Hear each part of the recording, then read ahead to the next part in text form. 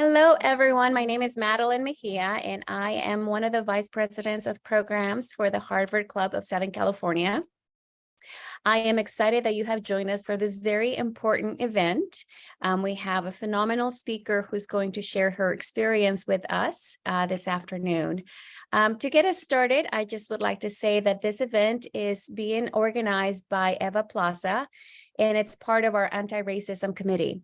And so our anti-racism committee for the club was started in 2020 as a response to the George Floyd murder and the inequalities that we all began to reckon with and acknowledge and accept that take place in our world.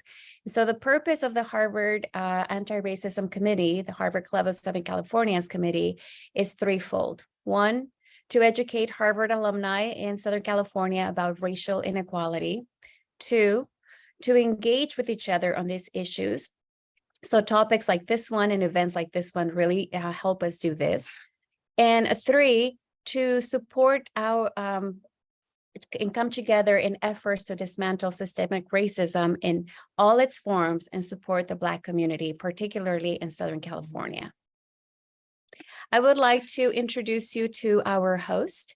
Eva Plaza is an officer on the board of the Harvard Club of Southern California and the vice president of the Schools Committee. With nearly 40 years of law experience in the fields of housing, commercial, and tort law, she now heads the Plaza Law Group. Ms. Plaza graduated cum laude from Harvard University before attending law school at the University of California, Berkeley, where she served as associate editor of the California Law Review. After honing her skills as a trial and appellate attorney in the U.S. Department of Justice, Eva moved into private practice in Washington, D.C. and Los Angeles, representing prominent private and public entities in federal and state court. In 1997, Eva was appointed by President Bill Clinton to a Senate-confirmed position as Assistant Secretary at the U.S. Department of Housing and Urban Development in Washington, D.C. While serving the federal government, advising the Clinton administration on very important civil rights and housing issues, Eva acquired a deep understanding of how, when the right force is applied to the tangles of law, it can create better living situations for citizens. Without a doubt, Ms. Plaza has received numerous awards for her outstanding achievements. She is someone who I can call a great friend, a mentor, and a great advisor. Eva, thank you so much for organizing this very important event for our community and for bringing such wonderful speakers like Francine to help us continue to learn what we need to do to dismantle these systems of oppression. Thank you so much, Madeline. So now our speaker is Francine J. Lipman, who is a William S. Boyd Professor of Law at the University of Nevada, Las Vegas, the Williams S. Boyd School of Law, and as an elected member of the American Law Institute, the American College of Tax Counsel, and the American Bar Foundation. In 2016, Governor Brian Sandoval appointed, and in 2020, Governor Steve Sisolak reappointed her to serve in her current role as a Nevada tax commissioner. Professor Lipman's scholarship, outreach, and education focuses on anti-racist tax policy and vulnerable taxpayers, including impoverished working families and children, seniors, unauthorized workers, enlisted members of the armed services, LGBTQ individuals, and people with disabilities. Professor Lipman has been consistently ranked among the top 20 tax law professors with the most downloaded articles on SSRN since the rankings began more than 10 years ago, and has a top 50 tax Twitter account.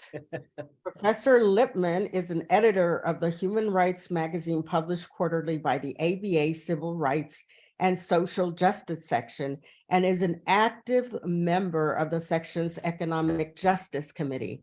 So without more, I will ask the first question. Professor Lipman, so why do poor people pay more in taxes than the rich in the United States?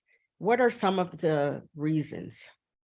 So thank you, Eva and Madeline, for those great introductions. I always learn something new about my friends and colleagues when I hear the amazing work that they do. So I'm always impressed. So nice to meet everyone. And since you are muted, if you have a question or just want to give a shout out, let us know you're out there. Put something in the chat. I always appreciate making sure my students are still awake when they put something in the chat. And then as a little disclaimer, I'm actually on my third governor as a Nevada tax commissioner. As Eva said, Governor Sisolak reappointed me. He was not reelected. And so now we have another governor in Nevada. But I'm still a Nevada tax commissioner because the term is 4 years. However, everything I say here is in my individual capacity and not as a law professor at UNLV. Very proud to serve in that role, teaching tax, as you might imagine, and not as a Nevada tax commissioner. So what I'm going to talk about today is our tax system and how it works and how it doesn't work. And what's increasingly obvious, and there's so many triggers in our society that expose a lot of weaknesses. And I will say the COVID-19 pandemic, I think, made very transparent the strengths and weaknesses in our tax system. And the good news is, because COVID-19 was such a shock, literally, if you think back to it, that Congress really stepped up and pushed enormous amounts of money, just hundreds of billions of dollars, out to households across this country through the tax system. And so it worked. Childhood poverty dropped by 40%, which is really enormously fantastic for our entire country. But to circle back to Eva's question, what's interesting about our tax system is, because everyone perceives tax really as a 4-letter word, people are intimidated by it and really don't dig in to understand it. And as a result, a lot of arguably nefarious things have gone on in our tax system for hundreds of years. Our income tax system began really in 1913. And if you look at the way it works or doesn't work, our state tax systems, which we don't talk about very much, really is very regressive, meaning that lower income people pay a much higher percentage of their income in taxes. And if you think about it, that actually makes sense, because most of our states rely on sales tax, and sales tax is a flat rate, and it's increasingly increasing over time. I know you see that in California, where it's in some jurisdictions, it's over 10%, it's over double digits. And not surprisingly, of course, lower income people have to use all of their money to just survive. And so they're spending pretty much 100% of their household income, versus higher income individuals that are only spending a very small percentage of their income. Similarly, property taxes. Well, you might think if you're not a homeowner, you're not paying property taxes. That's simply not true. Economists have derived that renters, tenants also share in property taxes. And so that cost is passed on through higher rents. And as you know, across the country, we're seeing very high rents. In addition, payroll taxes. And so low-income people typically garner all of their income from wages, and they are subject to Social Security and Medicare taxes on all of their income then effectively, because they don't have the capacity to invest and earn interest or dividends or capital gains. And so they are subject to tax. Labor is very heavily taxed. It's subject to income tax as well as payroll taxes. And by the way, payroll taxes are 15.3%. That's 1/2 of the employer's half, as well as 1/2 of the employee's half if you're not self-employed. And if you're self-employed, you're paying both halves. Again, economists have said that the employee really bears the cost of payroll taxes. On the federal side, what we see is that we do have progressive tax rates.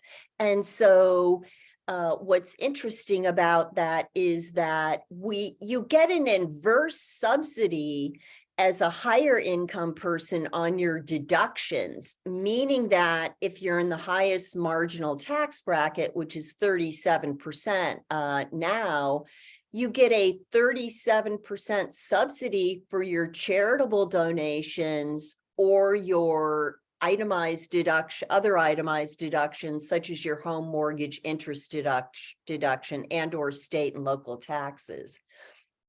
In addition, in our federal income tax system, really grounded in racism, there are enormous amounts of untaxed income, unrealized capital gains. You know, each and all of us are probably on the continuum, higher income, and sitting on enormous amounts of unrealized capital gains. Those are not subject to income taxes until you trigger that recognition of that gain by a sale. Well, you don't have to sell. And in fact, a very well-respected scholar at USC, tax law professor, Ed McCaffrey, said the way to get rich and or richer is to buy, borrow, and then die. Because when you borrow, those proceeds are not subject to income tax. And when you die in community property states like California and Nevada, you get a step up in basis in both halves. So that built-in capital gain literally disappears. I mean, it's tax magic, but it's one reason why our country is in the position that it's in. Now, I'm going to share my screen because I've got a PowerPoint that I want to share with you. And it goes into some of the data that I'd like to cover because I think a picture is worth 1,000 words. But please do continue to ask any questions because I can talk about tax on and on pretty much forever if you're willing to listen. I am very excited about thinking critically about our income tax system. And I do want to assure you the US Treasury is finally opening its eyes to racism in our income tax system. I encourage you to read a book that's probably about a year or two old now by a dear friend of mine, Dorothy Brown. It's called The Whiteness of Wealth. And it looks at the income tax system and discrimination against African Americans. And she takes you through that journey. I'm going to talk a little bit about some of that. But when we think about Amanda Gorman, the amazing poet laureate who spoke at the inauguration, she said, we can't just assume that the norms and the notions of what just is always justice. It isn't. And in fact, I think we become stuck in the way things have been, thinking that is the way it should be.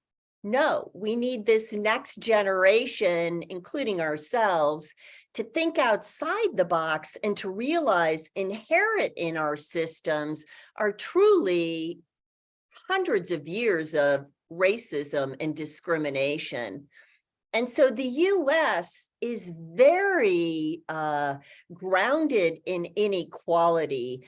And compared to other developed countries, the US is very unequal. And candidly, since this slide was created, the US has become more unequal when you look at the Gini coefficients. And as you can see, the Scandinavian countries are more equal when it talks about wealth and income. A big part of this is because of our income tax system. We generally do not tax wealth and wealth accumulation. We do not tax, we generally tax income, and wealth is something that over time expands exponentially because wealth begets wealth. If you read Capital by Thomas Piketty, you know, capital begets capital, and we really see that likely in our own lives. And despite the people thinking they're overtaxed, the US is generally a very low tax country. And frankly, it has become increasingly undertaxed since President Reagan. President Reagan, as you're going to see, dropped our income tax rates dramatically because the concept there was trickle down. And guess what? It hasn't worked. I mean, I think economists are finally coming to the realization that trickle-down economics has not worked, and we've got to turn that tide. Interesting, if you look at the history of our income tax rates, and by the way, this is Roosevelt. Roosevelt during the World War, asked Congress to give him 100% tax rate. And Congress said, no way, Jose. But they did come back with a 94% margin. These are the marginal tax rates. So hopefully you understand that our federal rates are progressive. And so no one in the United States is paying a flat 37% on your income. The federal tax rates start off with a very low rate of 10%, then it goes to 12%, then it goes to 22%, 24%, 35%, and 37%. So only when you fill up one bucket do you tip over to the next bucket, and it's only on the marginal income. And so we don't have President Trump on this slide or President Biden, but President Trump's Tax Cut and Jobs Act decreased the marginal rate from the Obama, it's 39.6, which Eva really went back to President Clinton. So President Clinton increased the rate from Reagan's rate of 28% to 39.6. President Bush dropped it. And then the Bush tax cuts, if you can remember, expired, and then the rates went back up. President Trump, under the Tax Cut and Jobs Act, decreased the highest rate down to 37. And those are the rates that are currently in place now under President Biden. And again, that you don't get into the highest marginal income tax rate. And by the way, I wish it on all of you. It's something that I aspire to because, you know, you can give away your income and reduce your rate through charitable donations. But you don't even get into the highest marginal tax rate until about $670,000 of taxable income. and it's just on the dollars above that, that's a good problem to have, right? To have taxable income above that, because that's after all of your deductions, including charitable donations and home interest deductions and state taxes. So our marginal tax rates are actually historically low. And as a result of not taxing wealth, we have seen inequality exacerbated in the United States. And that is specifically with Black and Latino families. The terminology here is Hispanic, and that term is used intentionally because that is the term that the Census Bureau uses. And so I'm doing a bunch of research right now on Puerto Rico, and the term that they use, 99% of Puerto Ricans are Hispanic. And so that's the term that's used for Census Bureau purposes. But when we look at Black wealth, it pales in comparison to white wealth. And unfortunately, since the 80s, it's been exacerbated. And these statistics ended 2016. And frankly, the pandemic has worsened wealth inequality because a lot of people lost jobs and dipped into savings. And if you look at the one aspect that has undermined Black and Hispanic wealth building, it is the lack of inheritance. It is the lack of the ability to pass wealth from one generation to the other. Mm-hmm. White families have done that over time to the point of building wealth, including homes, home ownership. And what's interesting to me as a tax scholar, when you look at the way we tax wealth, we have increasingly not taxed wealth. And in fact, you can give or inherit income tax-free an unlimited amount. And so you could inherit tomorrow $100 million, $1 billion from your parents or anyone. And that receipt of inheritance or gifts, lifetime gift, is not subject to income tax at all. That is an enormous loophole that has been in the code since the income tax was created in 1913. It doesn't have to be that way. We can think differently. Now, while there is an inheritance tax, again, the inheritance tax exclusion, which is indexed for inflation and is now $13 million per individual. And so a married filing joint couple can give up to $26 million when they die, on top of giving money to charity or giving money to your spouse.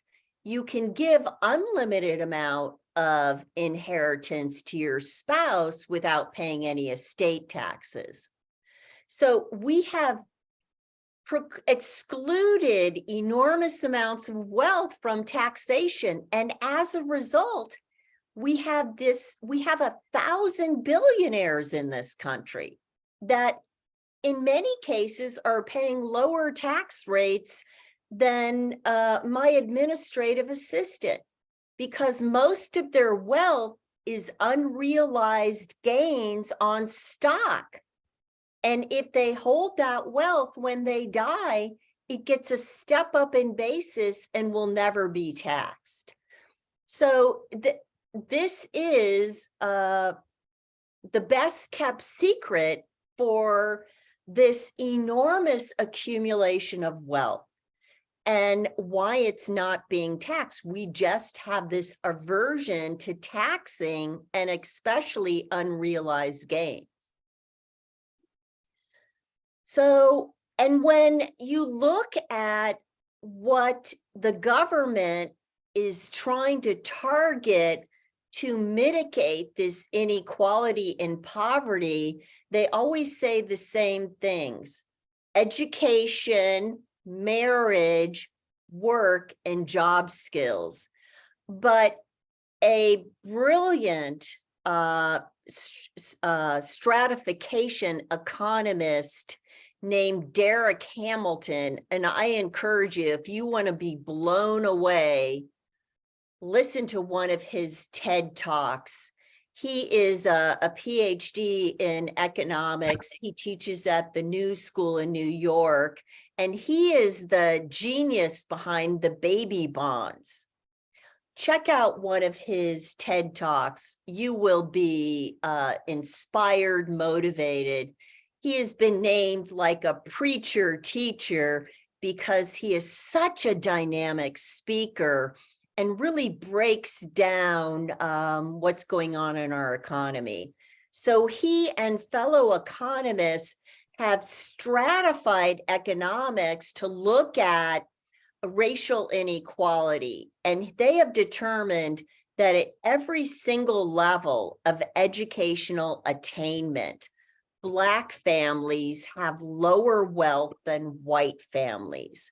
Whether it's a bachelor's degree, a JD, a PhD, an MD. I see some of you have PhDs and MDs, and that is not enough to lift you out of a wealth gap with white families versus Black families. There's 3 times the household wealth. And some of this is the lack of accumulation of inheritance, and that a lot of Black and brown households are having, once they attain education, they're having to help their parents and grandparents and siblings, rather than in white households. And I'm making generalizations here. The white households, the parents are giving wealth to the children, even once they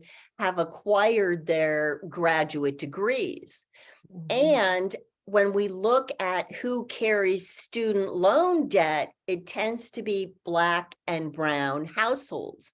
So they attain this level of achievement in education, but they've got to pay off debt. A college-educated Black person has less wealth than a white individual without a high school degree. That is really kind of shocking. Especially, I was just looking at this data earlier this week. The good news is that about 94 to 95% of all Americans, Black, Hispanic, and white, graduate from high school. So we've done a much better job of high school graduation. But this wealth accumulation, again, it's because of lack of enormous systemic racism that has undermined wealth building. White households with a single parent often have twice the wealth that a 2-parent Black household has. And so marriage is not the silver bullet that the government is trying to argue it is. A lot of temporary aid to needy families, that monies, rather than being pushed out to low-income impoverished families, it's being used to get these individuals into marriage counseling and to encourage them to get married rather than helping them with other wealth building. White households unemployed typically have more wealth than Black households with jobs. And so we've got to do something else rather than just pushing education, just pushing job skills, just pushing marriage or education. There is systemic inherent racism in our country. And those of you that work with criminal justice, you know, this pipeline to prison that we see for Black male youth really obviously undermines that household, that family's ability to accumulate wealth. So this has so many different tangential arms that undermine wealth building, including that someone with a criminal record has a hard time getting a job, right? And so if you're pushing people into that system and then they don't have the ability to get a job and to build wealth and to ensure that their kids have resources, you're just undermining wealth building. And we do that in so many different capacities beyond the tax system. So, and by the way, I've done this type of presentation in many different cities, and I always like to have a picture of the city. So that's beautiful LA, which, you know, is an amazingly powerful jurisdiction. LA County has more people than 43 other states. Wow. So the capacity of LA and LA County really is unlimited. Progressivity has generally decreased. As we said, when Eva first asked me that question, labor is taxed very heavily compared to long-term capital gains. So long-term capital gains, even if you sell your stock, the tax rate, the maximum tax rate on your long-term capital gain is 20% compared to ordinary income and labor, which is only, labor is taxed at a maximum rate earned income of 37%. And Deborah, I was thinking of reparations. Reparations are one way and similar to baby bonds. So Derek Hamilton says baby bonds are a way to try to build wealth. And I know California is starting to talk about baby bonds. By the way, as is Nevada. We're talking about starting baby bonds for impoverished youth in the state. Or I think they're calling them something different than bonds. But reparations are an important way to right the wrong of hundreds of years of racism. And Deborah, Dorothy Brown, who's the tax scholar I was talking about, she has suggested, she's on a panel advising California as they think about reparations on the tax consequences. So not taxing those heavily, and to ensure that there's an exclusion. By the way, when the victims of the World War II were incarcerated, there have been the Korean reparations, those Japanese reparations, excuse me. I was thinking of the Korean War, the Japanese reparations, those were excluded from gross income under the federal tax code. And so to the extent we think about reparations, we want to make sure we ensure that they're not taxed and then go out back to the government. As I said, wealth taxes are really have been pulled back again in the tax system. I don't think people realize it. And in fact, the mis and disinformation engine has been so effective in scaring people from the death tax that I have law students who work in Nevada who work with senior citizens, lower income senior citizens, providing pro bono services. And he did a presentation to this senior citizen group about taxes. And he said their biggest concern was that when they die, they're going to be subject to death taxes. And so what's amazing about that is he said, no, unless you each have more than $13 million of wealth and it's indexed for inflation. So by the time you pass, hopefully in the future, it could easily be 20 million or 15 million, because when you index 13 million for inflation, it goes up quite a bit.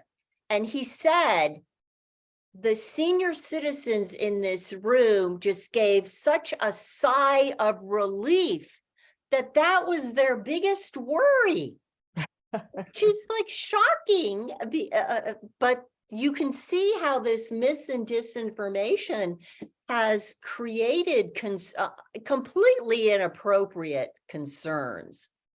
Salt taxes, so that's state and local taxes, have really across the country are so interesting to study. Nevada, of course, because we don't have an income tax, we rely heavily on gaming taxes, which generally tend to be regressive, as well as sales tax, which definitely is regressive. But there are things you can do, like carving out food and other necessities, including things like certain household necessities and pharmaceuticals, excluding drugs. I know Nevada recently excluded medical equipment from sales tax. So there are things that we can do. Mississippi has a very regressive sales tax system that continues to tax food subject to sales tax and formula. We can carve out those necessities so that the regressivity is minimized. And California and New York have very progressive income taxes. And that's the way to mitigate the higher sales tax. So California's income tax system is quite progressive, and that's very helpful to mitigate the regressivity of the sales tax. Well, speaking about former President Trump, if we look at the Tax Cut and Jobs Act from 2017. So to me, it doesn't seem like it's been around that long, but it actually has. So the Tax Cut and Jobs Act was passed into law in 2017. It is generally effective between 2018 and 2025. And so we have to be kind of cautious because it's scheduled to expire at the end of 2025. And the concern is that there will be a movement to expand some of these tax cuts for the wealthy. And that's going to be a big battle in Congress. And so stay tuned. Most of the Tax Cut and Jobs Act benefits went to the highest income taxpayers, and I can spell it out how it was or how that happened. The highest marginal tax rate was decreased from 39.6% down to 37%. And the lowest rate of 10% wasn't changed. And so that just pushes enormous wealth to the enormously wealthy. And you can see by this chart, the top fifth, the top 20% of all taxpayers got almost 60% of the tax benefits. And it's because they have so much income beyond that $600,000 mark. And but the median income in the US is still about maybe 65,000. And so half of the population is below that medium. And then half is above. And when you get to the top 1%, I mean, it skyrockets. It's just, something like 10 individuals have more wealth than the rest of the United States. Yep. And those are generally white men. And we can think of who they are. And so it really is, this Tax Cut and Jobs Act really exacerbates inequality.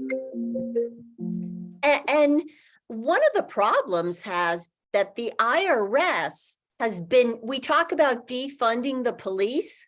Well, guess what? Congress has really effectively defunded the tax police. Congress has defunded the tax police over the last couple decades. So the wealthiest aren't even paying their fair share because they're not being audited. The good news is President Biden's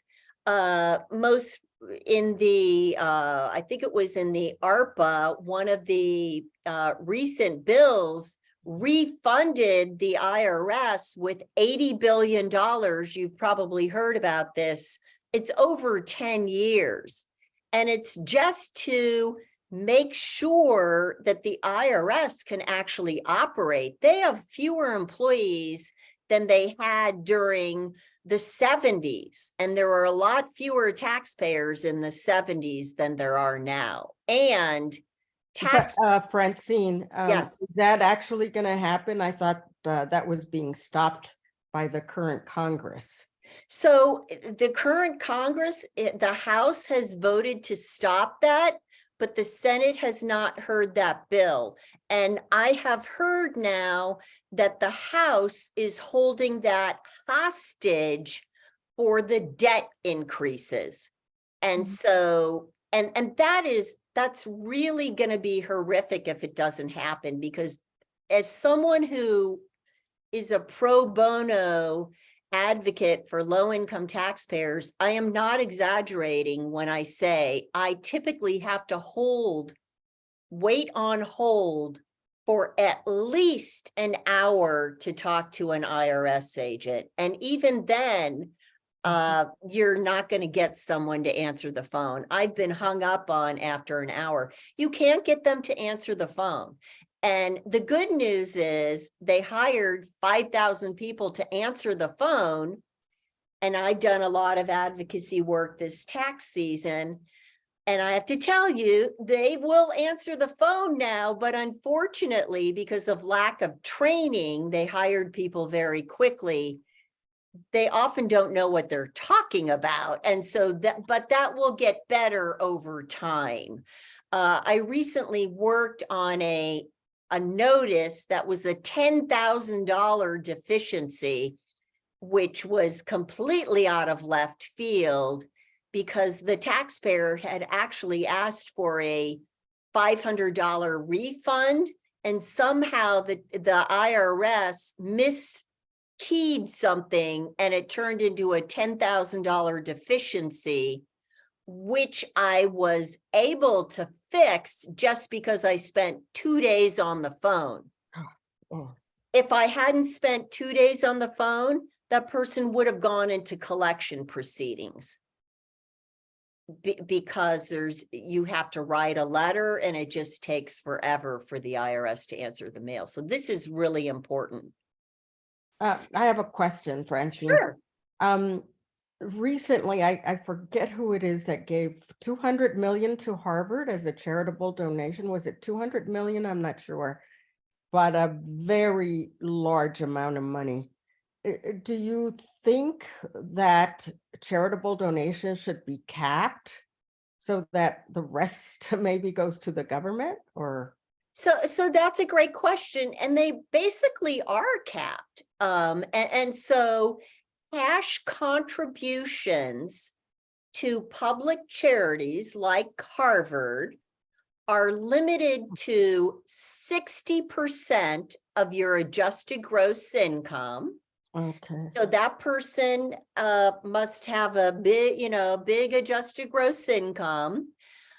To the extent they are capped for the year, so to the extent there's a limitation, that can be carried forward for 5 years. Okay. And okay. so there is a cap. By the way, during the pandemic, Congress opened that. So I don't know when that charitable donation happened, but during the pandemic, they opened up, they said 100% charitable donations. The Tax Cut and Jobs Act had increased it to 60%. Once that expires, cash contributions to public charities are limited to 50%. Mhm. But just to give you some context, so I work with a lot of low-income taxpayers, and quite often, especially individuals who are very religious, they give a lot to their church, even though they don't have much. They give to their church, and they are not able to get a tax benefit for that because they use the standard deduction. And so they give to charity without a tax benefit. And so that could be very frustrating to them, even though they're out of pocket. So it's the design of the tax system. So you can see the audit rate has decreased 42% in this last decade. And of course, they decrease the audit, 70% decrease in high income taxpayers, and only a 36% decrease in low income taxpayers. And the reason the commissioner of the IRS at the time testified before Congress, and by the way, the former commissioner, Chuck Reddick, is an LA tax lawyer, so I know he's back in LA. And his explanation was, it's cheaper to audit low-income people because high-income people, of course, use lawyers, use sophisticated strategies, and those are field audits, face-to-face. It takes very sophisticated auditors to review these documents. Lower income individuals, their audits are typically correspondence audits, which means they get a letter in the mail from the IRS that basically says, if you don't prove up that you have this child in your household, you will lose the earned income tax credit and the child tax credit. So they have an affirmative duty to respond to this letter in writing in a timely manner. And then, of course, working with low-income taxpayers, they get this letter. It's incredibly intimidating, incredibly frightening. They think it's conclusory. They don't realize they can respond. And even some of my law students do, because of the nature of the language. They don't even know how to begin to respond. And so many of them just don't respond, and then they lose their tax credits, and they don't have the capacity to pay them back, as compared to a Harvard educated lawyer is going to fight that, of course. And you should demonstrate. In fact, just a little bit insider scoop, and this is LA insider scoop. Guess who just filed a tax court petition yesterday? Beyonce. So Beyonce is fighting her. She was assessed a 2-year deficiency for 2018 and 2019. This is public knowledge. I'm not telling you anything that's not out there. And she apparently wasn't able to resolve it in the audit process. So her lawyers filed a petition in tax court in LA. And so, you know, if you have lawyers, you can, and it's the total deficiency is about $3 million. So it's interesting. So, and so the really shocking thing is that the uncollected tax revenue, meaning under our current laws that hasn't been collected, that is out there that could be collected, is about $1 trillion a year. Yikes. It could pay for all the poverty programs across the country if we collected it. And it's disproportionately among the top 10%. A lot of these folks don't even file a return. A lot of offshore activity, a lot of unreported income. And so, and it's predominantly pass-through income. If you looked at former President Trump tax return, he had something like, maybe still has, 527 pass-through entities on his tax return. So it's a lot of unreported income through pass-through entities. Now, as we're wrapping up, just want to show you the audit. This is a map of audit intensity. And so the darker the map, the darker the prevalence of audits. And so if you look at this, the wealth in the United States is in the Northeast. So if you want to know where the wealth is, that is the light portions of our country. So New York, by the way, New York has the highest inequality of any state. And we know why, because there's enormous wealth in New York. The dark parts are where people are disproportionately audited. And this map mirrors the Black Southern poverty belt. And I will add Black and brown, because if you look at the Texas border with Mexico, a lot of those are very Latino, Hispanic communities, similarly in New Mexico. And so these communities are disproportionately audited.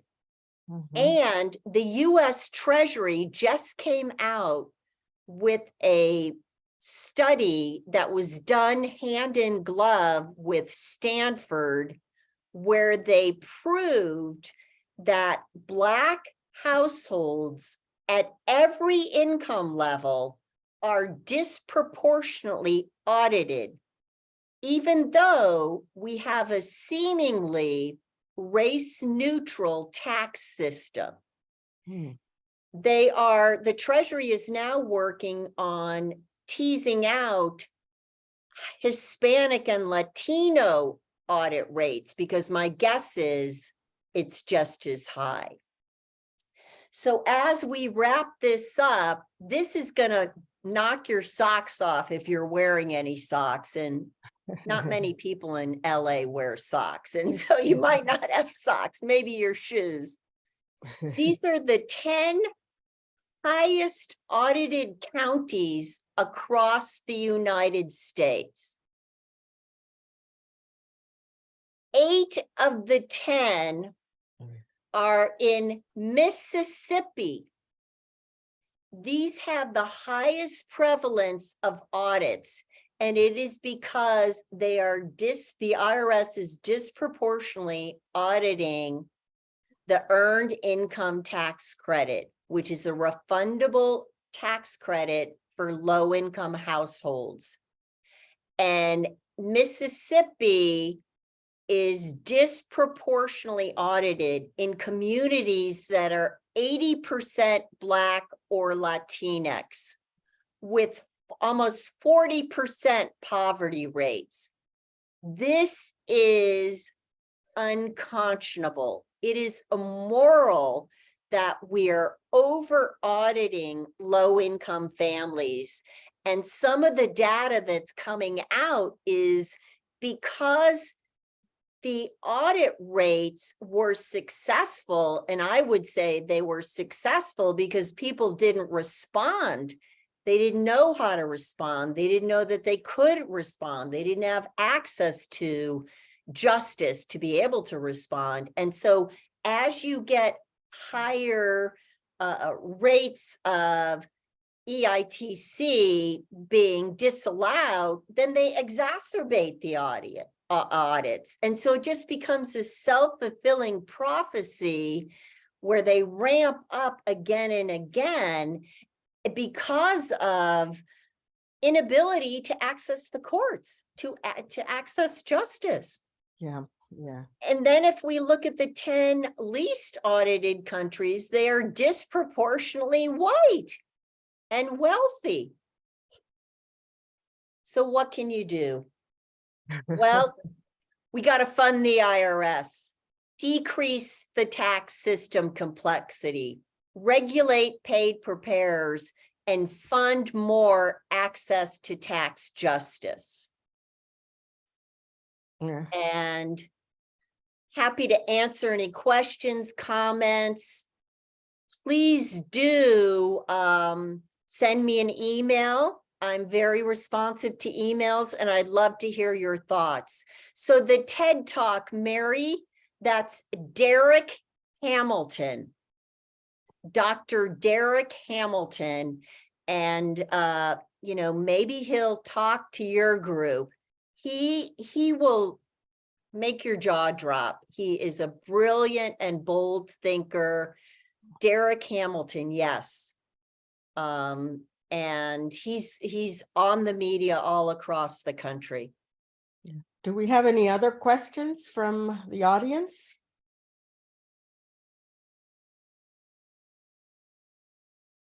Yeah, this was a mind-blowing presentation, Francine. And so Yes, I would like to recording- add here, yes, so the recording will be added to our club's website. So underneath this event, you will see the recording there. If you are also interested, we can email you and let you know once it's posted. It does take a couple of days to get it all set up and uploaded to the website, but it will be there. Thank you for that question. Any Don't other hesitate. questions?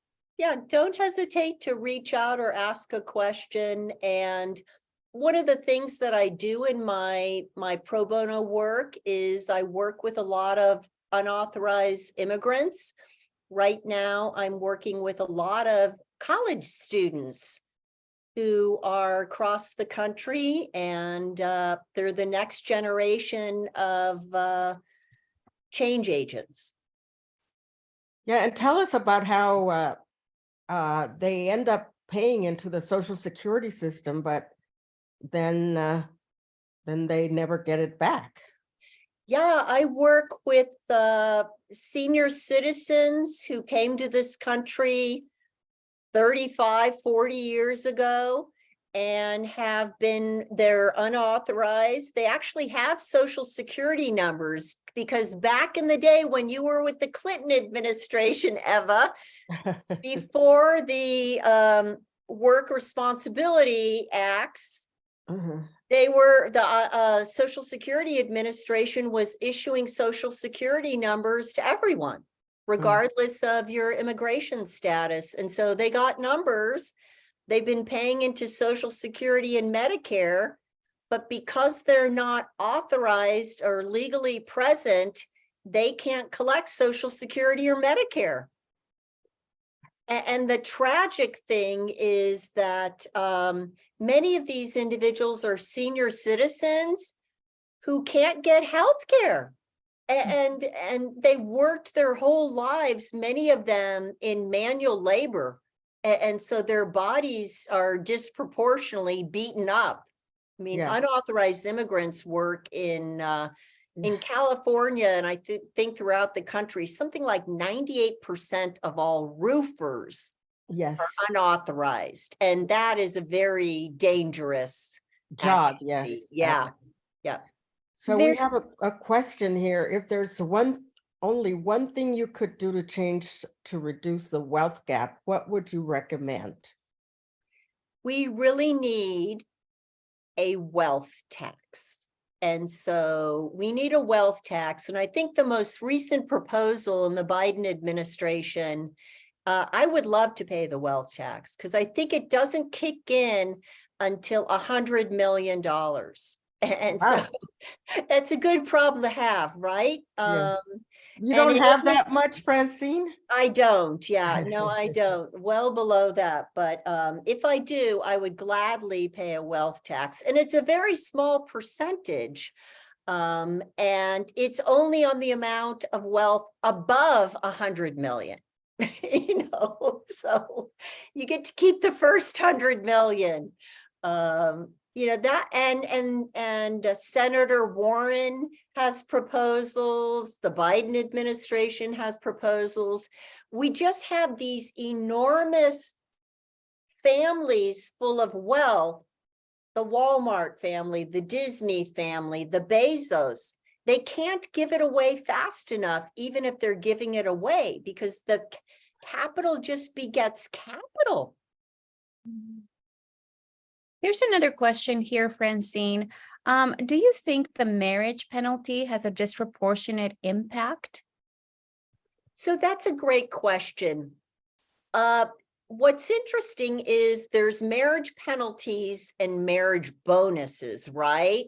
And so if you don't have, because we don't have an individual tax system, necessarily, if you're taxing married filing joint, it's either it can't be completely equal. And so as a result, you either have a marriage penalty or a marriage bonus. The good news is over the last decades, they have mitigated the marriage penalty. And in our federal tax system, in our rate structure, it only really exists at the highest marginal income tax rate. I think we need to do a better job, especially in the earned income tax credit, because we don't want to discourage low-income working families from getting married because of their benefits. And what's interesting is I am seeing, and in fact, the demographic data is interesting about Black households not having a 10-year marriage. And so as you may or may not know, in order to collect Social Security off a former spouse, so if you're no longer married, well, in order to collect Social Security benefits off of a spouse, you have to have been married, right?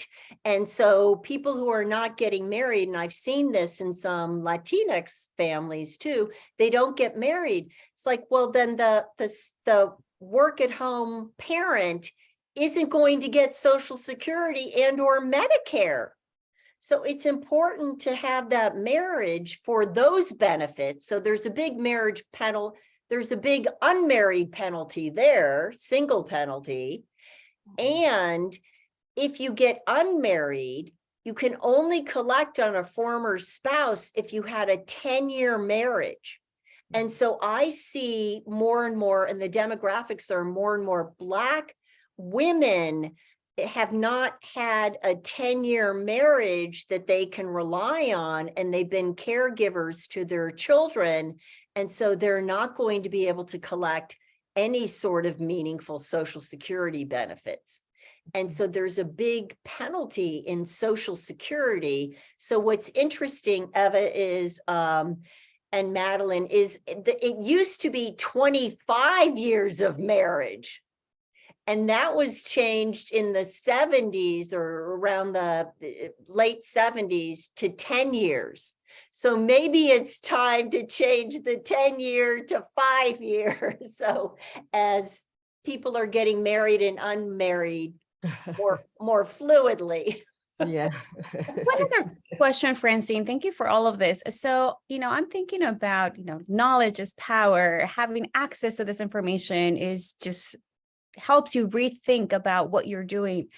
Are there, I'm a teacher at heart. So are there any websites or resources that you can share for folks who, and we can post this on our website as well, for folks who are at that, lower income bracket and they're paying these high taxes and they don't know what they don't know. They don't, even if they were to go to a tax, an accountant, they don't know what to ask. And so they are getting stuck with paying these higher taxes, or if they are getting audited, they don't know how to navigate those situations. Are there some ways or resources that you can share with us that we can also, spread these news and share with others?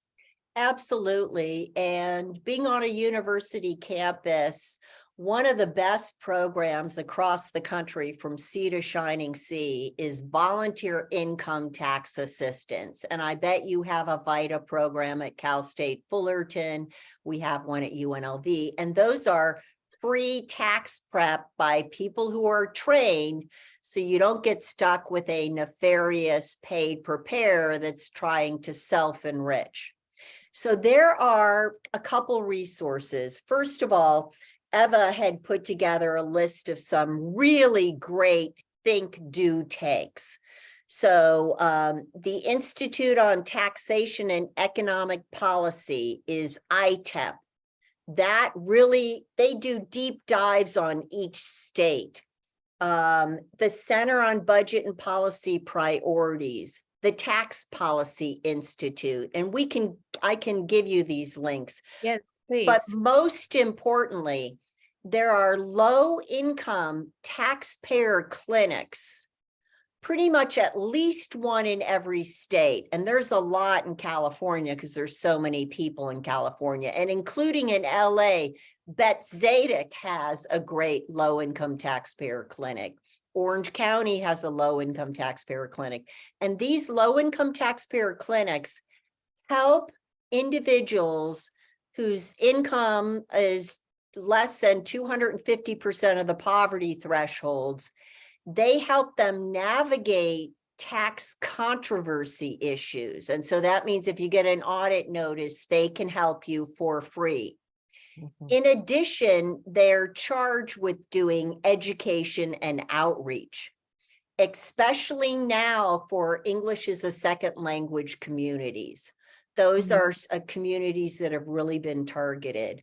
And so the IRS website, which actually is great, if you Google low-income taxpayer clinic, they have a map of the United States, and you just click on your state and it will show you where the low-income taxpayer clinics are in your state. And I would encourage anyone to reach out to them if there's any tax issue, because usually they can refer people to people. So if they don't do it, they know the people who might. Right. Well, that's wonderful, wonderful news and information. So I think we're past our time here. And I want to thank my good friend Francine and my other good friend Madeline. Francine, that was very, very informative, and I'm glad we recorded it so it's available to anybody that wants to view it. And with that, I just have to say goodbye. Thank you, Madeline, and thank you, Francine. Thank you very much. And remember, taxpayer rights are human rights. You got Thank you, everyone. Thank you, Bye-bye. everyone.